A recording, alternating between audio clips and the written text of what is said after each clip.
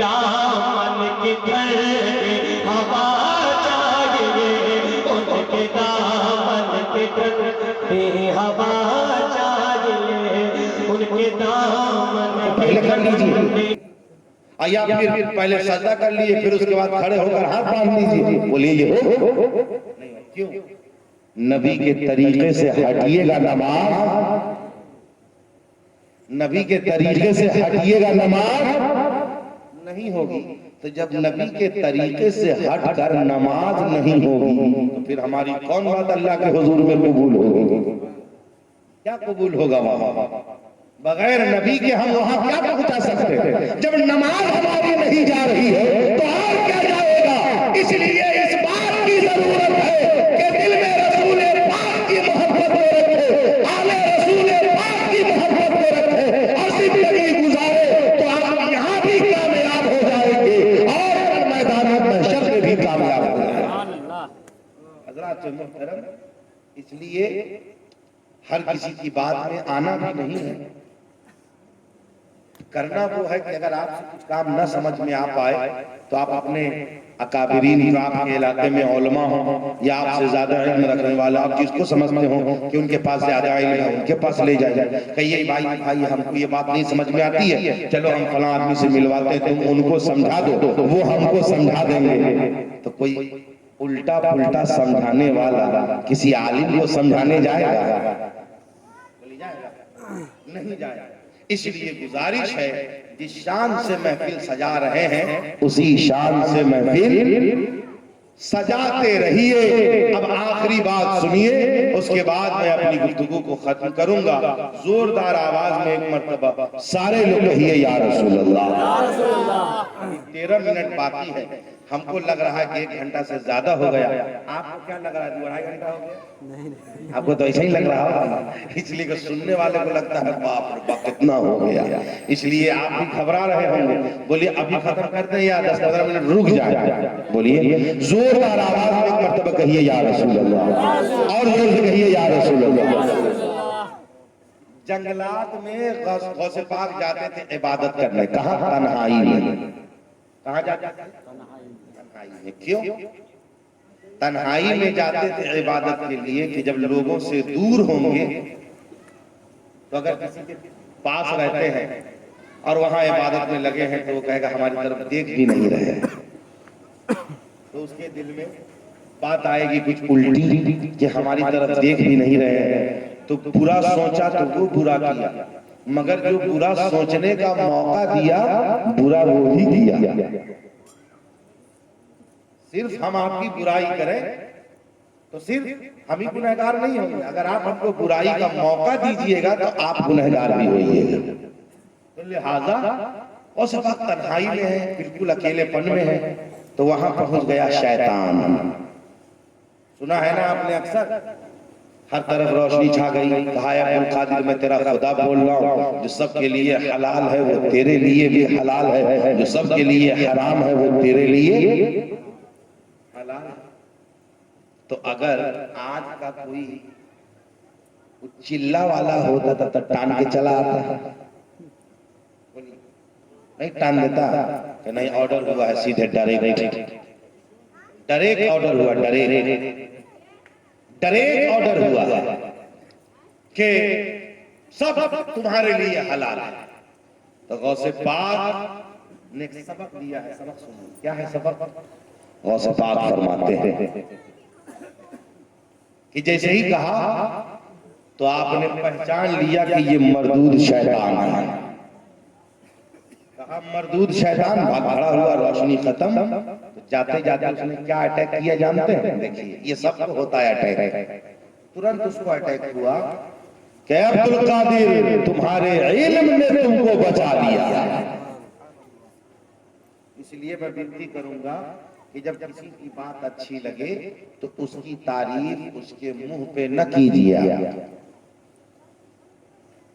کی تعریف اس کے منہ پہ نہ کیجیے، اوروں میں اس کی تعریف کیجیے کہ فلاں کی بات بڑی اچھی لگی، کیونکہ اگر آپ اس کے سامنے اس کی تعریف کرتے ہیں اس کے دل میں کہیں آ گیا کہ ہاں ہم تو ہیں کچھ، تو سب معاملہ اس کا چوپٹ ہو جائے گا، سارا ختم ہو جائے گا۔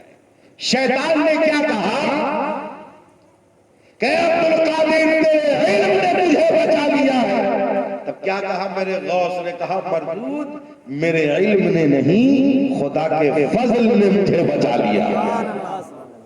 اگر وہ یہ مان لیے ہوتے کہ ہاں بہت بڑے عالم ہیں تو وہ یہ چاہتا ہی تھا کہ آپ کہیے کہ ہم بڑے عالم ہیں، وہ یہی چاہتا ہے۔ حضرات محترم، اب آپ سوچئے اگر آپ کے پاس علم کی دولت نہیں، پیسے کی دولت، طاقت کی دولت ہے، عزت کی دولت ہے، شہرت کی دولت ہے، آپ کے پاس کوئی پیسے کی دولت آپ کے پاس کوئی آ جائے کہ مجھ کو کام ہے تھوڑی سی مدد کیجیے، تو اس وقت اگر آپ سوچئے کہ ہم ہیں کچھ تبھی تو ہاتھ پھیلانے آیا ہے، کچھ بچے گا آپ کا؟ کچھ بچے گا نہیں، آیا ہے اس کو عزت سے بیٹھائیے۔ آپ کے پاس کچھ ہے تو عزت سے دیجئے، اور نہیں ہے تو بڑے مؤدب سے کہیے کہ آپ کے آنے پر تو میں بڑا خوش ہوا، مگر جو آپ نے مطالبہ کیا ہے اس کے لیے میں بہت شرمندہ ہوں کہ کاش کہ اس لائق ہوتا تو میں ضرور آپ کی مدد کرتا۔ مگر اللہ پاک سے دعا کریں آپ کہ اللہ ہمیں اس لائق بنائیں اور آپ کو بھی اس لائق بنائیں، ہمیں اس لائق بنائیں تو ہم ضرور آپ کی مدد کریں۔ لہٰذا وہ آدمی آپ کے ہاں سے خالی ہاتھ تو اٹھے گا مگر دعا دیتا ہوا اٹھے گا۔ محبت سے بات تو کیا ہے، کچھ پانی تو پلایا ہے، کچھ نہ دیا تو کیا صحیح، محبت کا مظاہرہ تو پیش کیا ہے۔ آپ کے پاس طاقت ہے، کوئی آئے کہے کہ آپ بہت طاقتور ہیں، میرا ایک کام ہے گھر گر گیا ہے اس کو ذرا اٹھا دینا ہے، آپ کہیے ہم کو فرصت نہیں، آپ کہیے ہم کو فرصت نہیں۔ ارے آپ کے پاس طاقت ہے، اسی طاقت کے بل پہ تو آیا کہنے کہ آپ تھوڑا سا کام زیادہ اٹھا سکتے ہیں، اس کا کتنا دیر وقت لگتا، آپ جاتے اور یہ کہتے کہ ٹھیک ہے آپ نے ہمیں اس لائق سمجھا ہے، چلیے ہم آپ کی مدد کرتے ہیں، لہٰذا اس کام میں گئے آپ، اس کام میں آپ شامل ہو رہے ہیں، یہ آپ کی عبادت ہو رہی ہے۔ لہٰذا جس چیز کی دولت ہے آپ کے پاس، عقل و شعور کی دولت ہے، لوگ مشورہ مانگے تو بہتر مشورہ دیجئے، علم کی دولت ہے تو اچھی بات لوگوں کو بتائیے، مال و دولت کی دولت ہے تو لوگوں کی مدد کیجئے، اگر طاقت کی دولت ہے تو کمزوروں کی مدد طاقت سے کیجئے، جیسی دولت ہو اس کا استعمال اللہ رب العزت کو راضی کرنے کے لیے آپ کیجئے۔ حضرات محترم، تو عرض یہ کرنا ہے کہ دیکھیے سرکار غوث پاک نے زندگی کے ہر موڑ پر ہمیں یہ سبق دیا ہے کہ آپ اپنے رب کو راضی کریے۔ کس کے طریقے پر؟ نبی پاک کے طریقے پر، اللہ کے پیارے رسول صلی اللہ علیہ وسلم کے طریقے پر۔ اور جب بندے کے اندر یہ خوبی پیدا ہو جاتی ہے، اللہ سے ڈرنے کے لیے بڑا آسان سا ایک طریقہ بزرگوں نے عطا کیا ہے کہ بس تم یہ سمجھو کہ ہمیں ہر وقت میرا خدا دیکھ رہا ہے۔ اللہ کو راضی کرنا، آپ جس حال میں ہیں خوش رہیے، جس حال میں، اگر بہت زیادہ تنگ دستی ہے تو اللہ کو راضی کرنے کے لیے صبر کرتے رہیے، اور بہت خوشحالی ہے تو شکریہ ادا کرتے رہیے، خوشحالی میں شاکر بن کر اللہ کو راضی کیجئے، اور پریشانی میں صابر بن کر اللہ کو راضی کیجئے۔ زندگی کے ہر موڑ پر اللہ پاک کو آپ راضی کرنے کا عمل کیجئے، اور یہی پیغام ہمیں سرکار غوث اعظم رضی اللہ تعالیٰ عنہ نے عطا کیا ہے۔ اور بلالی والے جناب حافظ سالم صاحب، آپ تمام بستی والوں نے اس محفل کو سجایا، آپ لوگ بیٹھے، کیا لگ رہا ہے غوث پاک آئیں گے؟ نہیں سن رہے ہوں گے غوث پاک، میرا دیوانہ کہیں بیٹھا ہوا ہے، ہمارے پاس غوث پاک آئے، ہم لوگ اس لائق نہیں ہیں، ہم لوگ اس لائق نہیں ہیں، اتنے بے ادب بن کے ہم بیٹھے ہیں، ہمارے غوث پاک آئیں گے اس میں؟ مگر ہاں یہ میرا ایمان ہے کہ آج ہم جو مانگیں گے دعا، اور جو کہہ رہے ہیں اس کو میرے غوث سن رہے ہیں، کیونکہ یہ ان کی طاقت ہے، یہ ان کی طاقت ہے کہ اپنے دیوانوں پہ نظر رکھنا، یہ ان کا مقام۔ آ جائیں، ہاں آ سکتے ہیں، کب؟ جب دل میں ان کے لیے بے پناہ محبت ہوگی تب، اور جہاں پکاریں گے یا شیخ عبد القادر جیلانی شیئا للہ، میرے غوث وہیں آئیں گے ہماری مدد۔ مگر کب؟ جب دل سے پکاریں گے تب۔ اے بابا ٹوپی سر پہ رکھ، ہاں گر گیا ہے پتہ نہیں۔ حضرات محترم ذہن کو حاضر کریے، اخیر مرحلے کی یہ بات، اس کے بعد اپنی گفتگو ختم کر رہا ہوں۔ غوث پاک کی ظاہری زندگی ہے، رمضان غیر رمضان کا مہینہ ہے، سرکار غوث پاک روزے سے ہیں۔ ایک صاحب نے آ کر دعوت دی کہ حضرت ہمارے یہاں آج افطار ہے اور افطار میں آپ کو آنا ہے۔ افطار کی دعوت ایک نے دیا کر لی، دوسرے نے دیا اس کی بھی قبول، جو آئے کئی لوگ آ گئے۔ راویوں کا کہنا ہے کہ تقریباً 72 لوگوں نے افطار کی دعوت دے دی۔ کتنے نے؟ دعوت کس چیز کی ہے؟ افطار کی دعوت ہے کہ آپ کا افطار پہ آنا، سب کی دعوت پہ ہاں کر دیا۔ اور جب اگلا دن آیا، کتنا دیر چلے گا؟ بہت جلدی ختم ہوگا۔ کون ہے؟ ہاں چلیے ٹھیک ہے، بہت جلدی ختم ہوگا، گھبراؤ مت۔ زوردار آواز میں ایک مرتبہ کہیے یا رسول اللہ، اور زور سے کہیے یا رسول اللہ۔ کہا کیا؟ کل ہو کر جب لوگ پہنچے بازار میں تو کہنا شروع کیا کہ کل تو ہمارے یہاں ہم لوگ بہت خوش نصیب ہیں کہ دعوت میں میرے یہاں غوث پاک آئے تھے۔ تو دوسرا کہا کہ غوث پاک تو کل ہمارے یہاں آئے تھے۔ تو بولا نہیں ہمارے یہاں آئے تھے، بولا ہمارے یہاں آئے تھے۔ تو تیسرا پہنچا، اس نے کہا تم لوگ الجھے کیوں ہو، کیوں بحث کر رہے ہیں؟ کہا دیکھیے یہ کہہ رہا ہے کہ غوث پاک کل ہمارے یہاں آئے تھے، اور ہم کہہ رہے ہیں کہ غوث پاک کل ہمارے یہاں آئے تھے، کل ہمارے افطار میں آئے تھے غوث پاک۔ تو تیسرا کہہ رہا ہے نہ تمہارے یہاں آئے تھے نہ تمہارے یہاں آئے تھے، غوث پاک کل ہمارے یہاں آئے تھے۔ ارے عجیب بات ہے، تین آدمی ہو گیا۔ اب دھیرے دھیرے آدمی بڑھتا گیا، سب پہلے والے کو ریجیکٹ، اپنے کو پیش کرتا نہیں ہمارے یہاں۔ تو اس میں سے ایک نے کہا کہ دیکھو بھائی، جس کے یہاں آئے ہیں سب آدمی چلو۔ اب غوث پاک سے ہی پوچھتے ہیں کہ کس کے یہاں گئے تھے، تب تو بات ہوگی نا بھائی۔ اب یہاں وہاں کیا پوچھا، چلو وہیں چلتے ہیں۔ سب لوگ پہنچ گئے غوث پاک کی بارگاہ میں۔ آپ وضو فرما رہے ہیں، وضو کر کے یہاں پہ راویوں کا کہنا ہے کہ پانی کو درخت پہ چھڑک دیا یا اس کے جڑ میں ڈالا۔ جب درخت کے پتے پر لوگ دیکھنے لگے تو ایک غوث پاک کا جلوہ سامنے ہے، اور ہر پتے پر غوث پاک کا چہرہ نظر آ رہا ہے۔ سب ایک دوسرے کا منہ دیکھ رہا ہے کہ جب اتنے پتے پر میرے غوث آ سکتے ہیں تو دسترخوان کی اہمیت کیا ہے؟ پوچھا غوث پاک نے کیا ہوا؟ کہا نہیں حضور جواب مل گیا۔ کہا اس نے پہلے کہا تھا کہ غوث پاک ہمارے یہاں آئے، پھر اس نے کہا تھا غوث پاک ہمارے یہاں آئے، پھر اس نے کہا تھا غوث پاک ہمارے یہاں آئے، مگر آپ نے دکھا دیا پتوں کو دکھا کر کہ جب ہر پتے پر ہمارا چہرہ چمک سکتا ہے تو ہم اپنے ہر عاشق کے گھر کیوں نہیں جا سکتے؟ اب سوچئے کیوں؟ دیکھئے جو غوث ہوتا ہے اللہ پاک اس کو یہ طاقت عطا کرتا ہے کہ وہ چاہے تو وقت کو روک دے۔ غوث کی یہ طاقت ہے کہ وہ چاہے تو وقت کو روک دے۔ وقت کیا ہے؟ اندھیری مغرب کے بعد اگر جلد اندھیرا ہو جائے یہ تو ہوگا کہ وقت بہت جلد ختم ہو گیا، اگر اندھیرا جلدی نہ ہوتا تو وقت کو روک دینا یہ غوث پاک ہر غوث کی طاقت ہے کہ وہ چاہے تو وقت کو روک دے۔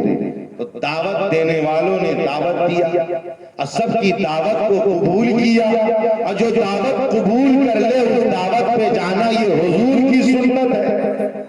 قبول کیا ہے غوث پاک نے تو جائیں کیسے نہیں، وقت کو روک دیا اور اپنے ہر دیوانے کے گھر حاضری دے دی۔ عرض یہ کرنا ہے، یہ میرے غوث کا مقام ہے کہ اپنے 72 دیوانوں کے یہاں جا سکتے ہیں۔ اگر اس دن 72,000 دعوت ہوتی پھر بھی سب کے یہاں چلے جاتے۔ اس لیے گزارش ہے کہ آپ دل کی اتھاہ گہرائی سے ان کی یاد منائیں گے تو فائدہ ضرور ملے گا، اور اگر آپ اوپر کے من سے رہیں گے تو ملے گا کہ نہیں ملے گا، تو ملے گا کہ نہیں ملے گا، تو نہیں ملے گا۔ بزرگوں کی بارگاہ سے، اللہ کی بارگاہ سے یقین کو ایسے رکھنا ہے جیسے آپ سے کوئی پوچھ لے کہ آپ کے ابا کا کیا نام ہے، تو آپ نام بتا دیا محمد دستگیر، پھر کوئی پوچھے کہ کیسے معلوم کہ تمہارے ابا ہیں، تو لوگ کیا کہے گا، ماں نے کہا۔ تو کسی بیٹے نے اپنی ماں سے یہ پروف مانگا ہے کہ میرے والد کیسے ہیں، دلیل مانگا کسی بیٹے نے؟ کسی بیٹے نے ماں سے دلیل مانگا ہے کہ وہ میرے والد کیسے ہیں؟ نہیں، جرات نہیں، حیا، شرم، یہ دل قبول ہی نہیں کرے۔ ماں نے کہا یہ تمہارے ابا ہیں، مان لیا کہ ابا ہیں۔ یہ ماں کی بات پہ یقین کا مقام کہ بغیر دلیل کے مانا ہے، ماں نے کہا ہے کہ تمہارے ابا ہیں، مان لیا کہ ابا ہیں۔ ایسے ہی یقین کرنا ہوگا غوث پاک کی بارگاہ میں کہ ہم نے مانگ لیا، غوث پاک عطا کر دیں گے۔ ہم نے مانگ لیا ہے، غوث پاک عطا کر دیں گے۔ یقین جب اس درجے پہ آپ کا پہنچے گا تو آپ جو مانگتے جائیے گا غوث پاک سب کچھ آپ کو عطا کرتے چلے جائیں گے۔ اور اگر آپ کا یقین یہ رہے گا کہ باپ کے بھی معاملے میں بہت سارے ناہنجار لوگ ہیں دنیا میں جو باپ کو برا بھلا کہتے ہیں، کہتے کہ نہیں کہتے؟ استغفر اللہ معاذ اللہ۔ تو جو اپنے ماں کا احترام نہ کرے اور ماں کی بارگاہ میں وہ مقبول نہ ہو، وہ غوث پاک کی بارگاہ میں مقبول کہاں ہو پائے گا۔ اس لیے پہلی جگہ ہے کہ آپ اپنے والدین کو خوش رکھیے۔ غوث پاک کا یہ پہلا سبق ہے کہ ماں کو آپ نے راضی کیا، اور ماں نے جو سبق دیا تھا اس سبق کو اس طرح سے یاد کر دیا کہ نہ جان کی پرواہ کی نہ مال کی پرواہ کی۔ ماں نے کہا تھا بیٹے جھوٹ نہ بولنا، آپ نے جھوٹ کے دامن کو چھوڑا، آپ نے جھوٹ کا استعمال کیا ہی نہیں، یہاں تک کہ جھوٹ نہ بولنے کی برکت سے جو بگڑے ہوئے تھے وہ بھی راہ راست پہ آ گئے۔ تو گزارش یہ ہے کہ سچی محبت غوث پاک سے یہ ہوگی کہ ہم بھی ان سے اگر سچی محبت کرتے ہیں تو جھوٹ سے دور ہو جائیں اور والدین کی خدمت کریں، ان کی عزت کریں، ان کی تعظیم کریں۔ ماں باپ کو ناراض کر کے آپ غوث پاک کا بھی فیضان حاصل، ماں باپ کو ناراض کر کے اللہ رسول کو راضی نہیں کر سکتے۔ کوئی راضی نہیں ہوگا، نہ نماز قبول ہوگی، نہ روزہ قبول ہوگا، نہ غوث پاک مند خوش ہوں گے، نہ غریب نواز خوش ہوں گے، کوئی خوش نہ ہوگا اس وقت تک جب تک آپ کے والدین آپ سے خوش نہ ہو جائیں۔ لہذا والدین کو خوش کریے۔ حضرت عمر فاروق رضی اللہ تعالیٰ عنہ کا پیارا زمانہ ہے، ایک سوداگر ہے، اپنے گھر سے نکل رہا ہے اور درہم و دینار کما کر لاتا ہے، اپنی بیوی کو دیتا ہے اور بیوی سے کہتا ہے کہ سنو اماں جتنا مانگنے آئے اتنا اس میں سے تم دے دینا، ماں کو کبھی انکار نہ کرنا، جتنا دینار ماں مانگے اتنا دینار ماں کو دے دینا، کبھی ماں کو خالی ہاتھ جانے نہ دینا۔ یہی دستور تھا، ماں مانگتی تھی، بانٹتی تھی، بہو دے رہی تھی، ماں بانٹ رہی تھی۔ ایک دن بیٹے نے پوچھا اپنی بیوی سے کہ دینار کتنا اکٹھا ہوا؟ تو بیوی کہتی ہے کچھ بھی نہیں۔ کہا کتنا دیا کیا ہوا؟ کہا آپ کی ماں مانگ مانگ کر نہ جانے ان دیناروں کو کہاں تک پہنچا دی۔ تو بیٹا کہہ رہا ہے کہ سنو اب کبھی اگر ماں درہم و دینار مانگنے آئے تو تم نہ دینا اور ماں سے کہنا کہ اگر دینار چاہیے اس کو سے مانگ لے. بیوی کہہ رہی ہے اچھا کیا ہے آپ نے, تبھی جا کر ہم لوگ مالدار ہو سکتے ہیں, تبھی جا کر ہم لوگ خوشحال ہو سکتے ہیں. ٹھیک ہے, اب اگر آپ کی ماں مانگنے آئے گی تو ہم ان کو نہیں دیں گے, ان کو جو دینا ہوگا آپ دیجئے گا. اس دن ماں مانگنے کے لیے دروازے تک آ چکی تھی, کمرے کے سامنے کھڑی تھی. اندر یہ بہو اور بیٹے کی بات کو سن رہی تھی, یہ دونوں کی بات اندر میں ہو رہی ہے. باہر ماں نے سب کو سن لیا کہ بہو کہہ رہی ہے کہ آج سے ہم آپ کی ماں کو درہم و دینار نہ دیں گے. بیٹا کہہ رہا ہے ہاں ہاں قطعی ماں کو درہم و دینار نہ دینا, ان کو جتنے درہم و دینار کی ضرورت ہے وہ ہم سے مانگیں گی, ہم ان کو دیں گے. نتیجہ یہ نکلا, ماں اس بات کو سن کر روتی ہوئی اپنے کمرے میں جا کر بیٹھ گئی. بیٹا گھر کمرے سے باہر نکلا, آنگن میں آیا, تجارت کا سامان اکٹھا کیا, ماں سے بغیر ملے ہوئے گھر سے نکل پڑا. راستے میں تھا وہ سوداگر سفر پہ نکل پڑا, راستے میں لٹیروں نے ڈاکوؤں نے اس کو گھیر لیا, اس کے ساز و سامان کو لوٹ لیا اور اس کے دونوں ہاتھ کو کاٹ کر گلے میں ڈال دیا. یہ سڑک کے کنارے تڑپ رہا ہے. ایک قافلہ آیا, قافلے والے کی نظر اس شخص پہ پڑی, ان لوگوں نے پہچان لیا یہ تو وہ سوداگر ہے. پوچھا ارے تیری یہ حالت کیسے ہوئی, تیرے یہ ہاتھ کیسے کٹے؟ تو وہ سوداگر کہہ رہا ہے مجھے میرے گھر لے چلو, میری ماں ناراض ہے اس لیے میں پریشان ہوں. میری ماں ناراض ہے اس لیے میں پریشان ہوں, مجھ کو میرے گھر لے کر چلو. لوگ لے کر گھر آئے, گھر پہنچے, بیوی دوڑی دوڑی آئی اور ہاتھ کو پکڑ کے کہتی ہے اب میرے بچے کی پرورش کیسے ہوگی, اب میرا گھر سنسار کیسے چلے گا, اب میری زندگی کیسے گزرے گی. آپ کے دونوں ہاتھ کٹ گئے ہیں. بیٹا کہہ رہا ہے اماں جان کہاں ہے, اماں کہاں ہے. ماں کو بیٹا پکار رہا ہے. ماں کو خبر ملتی ہے کہ آپ کے بیٹے کے دونوں ہاتھ کو ڈاکوؤں نے کاٹ دیا ہے. ماں اپنے کمرے سے دوڑتی دوڑتی آئی, اپنے بیٹے کے پاس پہنچی, اپنے بیٹے کے دونوں ہاتھ کو لے کر ہاتھ میں لے کر بس اتنی سی بات کہتی ہے میرے مولا میں نے بہت محنت سے اسے سنبھالا تھا, میں نے بڑے ارمان سے اسے پالا تھا, میں نے بہت محنت سے اسے سنبھالا تھا. بیٹے کے ہاتھ کو لے کر اس کے کٹے ہوئے ہاتھ میں سجا کر ماں حسرت بھری نگاہوں سے بیٹے کو دیکھ رہی ہے. تو بیٹا کہہ رہا ہے امی جان سچ بتاؤ تم مجھ سے خوش ہو یا ناراض ہو. ماں رونے لگی. بیٹا پوچھتا ہے ماں یہ میری پہلی غلطی ہے کہ میں جب بھی سفر پہ نکلتا تھا تو آپ سے مل کے نکلتا تھا, آج کا سفر آپ سے بغیر ملے ہم نے کیا ہے, بتائیے آپ مجھ سے خوش ہیں یا ناراض ہیں. تو ماں کہتی ہے بیٹے جب تم نکلنے کی تیاری کر رہے تھے تو ہم تیرے گھر کے دہلیز تک پہنچے, اس لیے کہ کچھ درہم و دینار تیری موجودگی میں ہم لے لیں, مگر تم اپنی بیوی سے کہہ رہے تھے کہ اب ماں کو میری اجازت کے بغیر کچھ نہ دینا. میں اپنے کمرے میں آ گئی, میں سوچی تو میرے پاس آئے گا, تو مجھ سے میری ضرورت کے بارے میں پوچھے گا, مگر تو آیا نہیں, سفر پہ روانہ ہو گیا. یہ بات میرے دل کو بری لگی ہے, اس بات نے میرے دل کو تڑپایا ہے. تو بیٹا کہتا ہے میری ماں یہ تو میری پریشانی ہے, یہ آپ کے ناراض ہونے کی وجہ سے. میری ماں آپ خوش ہو جائے میرا رب بھی مجھ سے خوش ہو جائے گا.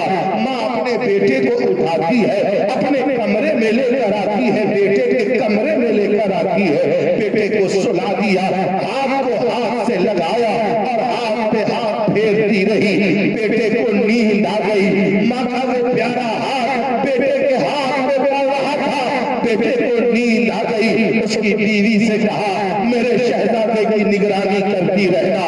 ماں اپنے کمرے میں آ گئی, ادھر ماں عبادت میں لگی ہے, ادھر بیٹا آرام کر رہا ہے. رات کی تنہائی جب ختم ہوئی, صبح کی سفیدی جب نمودار ہوئی, بیٹے کی آنکھ کھلی تو کیا دیکھا, جو ہاتھ کٹ کر الگ ہو گیا تھا وہ ہاتھ درست ہو چکا ہے, ہاتھ میں طاقت آ چکی ہے. بیٹا اپنے کمرے سے نکلا, دوڑا دوڑا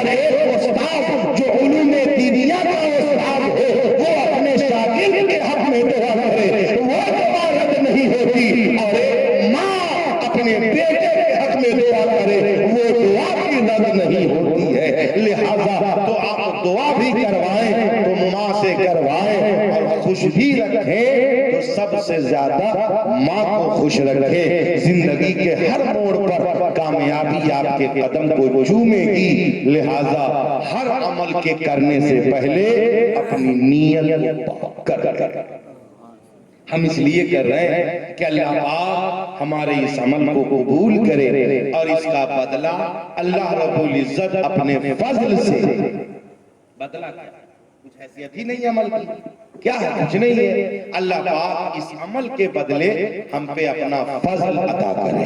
حضرات محترم، جب فضل مانگیں گے تو بہت مل جائے گا، بدلہ میں کچھ بھی نہیں ملے گا، اس لیے کہ بدلے میں بات آتی ہے کہ تولیں گے صحیح سے، تب جا کر وزن کتنا ہے، قیمت کتنی لگے گی، معیار کیسا ہے، عجب بات ہوگی کہ نہیں کرم کر دیجئے تو پھر تو کچھ بھی ہو سکتا ہے۔ اس لیے فضل بھیک میں مانگیے، مولا اپنے فضل سے ہمارے خطاؤں کو معاف کر دے۔ مولا کریم ہم سبوں کو ایک بنا اور نیک بنا اور مسلک اہل سنت پر چلنے کی توفیق رفیق عطا فرما۔ ہم سبوں کو سرکار غوث اعظم پیر دستگیر کا صدقہ عطا فرما۔ اللہ کے پیارے رسول صلی اللہ علیہ وسلم جب حضرت آمنہ خاتون کی گود میں تشریف لائے تو اللہ رب العزت نے جبرائیل امین سدرہ کے مکین علیہ الصلوۃ والتسلیم کو 70,000 فرشتوں کے ساتھ بھیجا۔ وہ آئے، ہمارے اور آپ کے پیارے نبی کا استقبال کیا، درود و سلام کی ڈالیاں پیش کیا۔ علماء حقہ نے کہا جب نوری جماعت تعظیم رسول کرتی ہو ہمیں تو بدرجہ اولیٰ کرنا چاہیے۔ حکم ہوا عرش کا کرسی جھکے، تسلیم احمد کے لیے اٹھ کھڑے ہو مومنوں، تعظیم۔ السلام علیکم۔